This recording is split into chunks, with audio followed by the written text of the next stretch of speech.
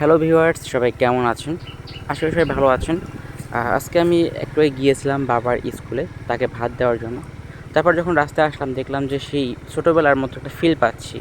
ছোটোবেলাতে যখন আমরা যখন ধানের সময় হতো, ধান উঠতো, তখন কিন্তু দেখতাম রাস্তাঘাটে সব জায়গায় শুধু কুটো, কুড়ো, কুড়ো আর কুড়ো। মানে ধান আ ধানগুলো লাড়তো রাস্তায়, ধানগুলো উঠাতো। এরকম অনেক রকমের দৃশ্য দেখতে পেতাম। কিন্তু সেই দৃশ্যগুলো কিন্তু এখন হারিয়ে গেছে প্রায়। আগের দিনের মতো যে সেই যে বিষয়গুলো থাকে, ধান মাড়া, ধানগুলো সেদ্ধ করা, তারপর ধান আ আ বস্তা করে নেওয়া। এরকম রাস্তায় গেলে আমরা কিন্তু এগুলো দেখতে পেতাম আগে। এগুলো কিন্তু এখন খুবই কম, এখন আর দেখাই যায় না বললে চলে। আ তাই হঠাৎ করে আজকে মনে পড়ে গেল যে যখন ছোটোবেলায় রাস্তায় হাঁটতাম, তখন কিন্তু ধানে একটা গন্ধ পেতাম। যখন যেটাকে বলা হচ্ছে আপনার আ বলে, খ্যার বলে, খ্যার। মানে আমাদের গ্রাম্য ভাষায় খ্যার বলে, খ্যার বা আ কুড়া বলে, ঠিক আছে? খ্যার বা কুড়া। এগুলো যখন আপনার রাস্তায় লেড়ে দিত, তখন কিন্তু অনেকটা সুন্দর একটা গন্ধ আসতো। মানে মানে মানে গন্ধটা পেলেই মনে হতো কি হ্যাঁ, এখন সেই ধান ওঠার সময়। এরকম একটা ফিল আসতো। কিন্তু এখন আর সেই ফিলটা কিন্তু আসে না। এখন সব কিছু হয়ে গেছে আধুনিক।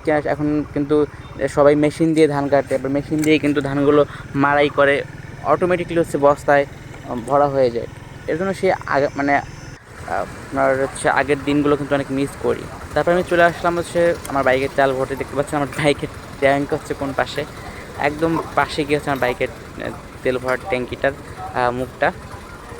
এটা হচ্ছে আমাদের ভাঙ্গার বাজার। এখান থেকে আমি সবসময় তেল ভরি থেকে বাইকে।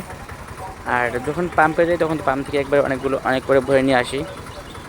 এখানে তেলটা এগুলো লোকাল তেল আসলে ভরা উচিত না, তারপরও ভরতে হয়, কারণ আমাদের আশেপাশে কোথাও পাম্প নেই। তো এখান থেকে আমি সবসময় তেল ভরি। তারপর চলে আসলাম আমাদের কপিলদার চেম্বারে। কপিলদা দেখতেছি এখানে তার ফ্যান ঠিক করতেছিল। তারপর তার সাথে একটু কথা বলে আবার রওনা দিলাম আমাদের বাড়ির দিকে।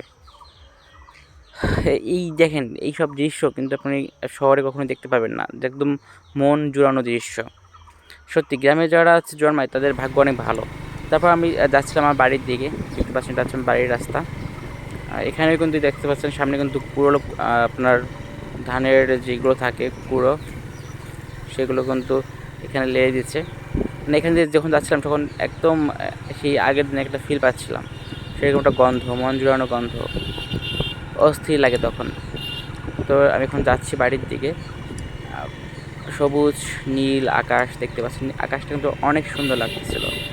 একদম হালকা সাদা মেঘ যেন ভেসে বেড়াচ্ছে, আর উপরে নীল আকাশ।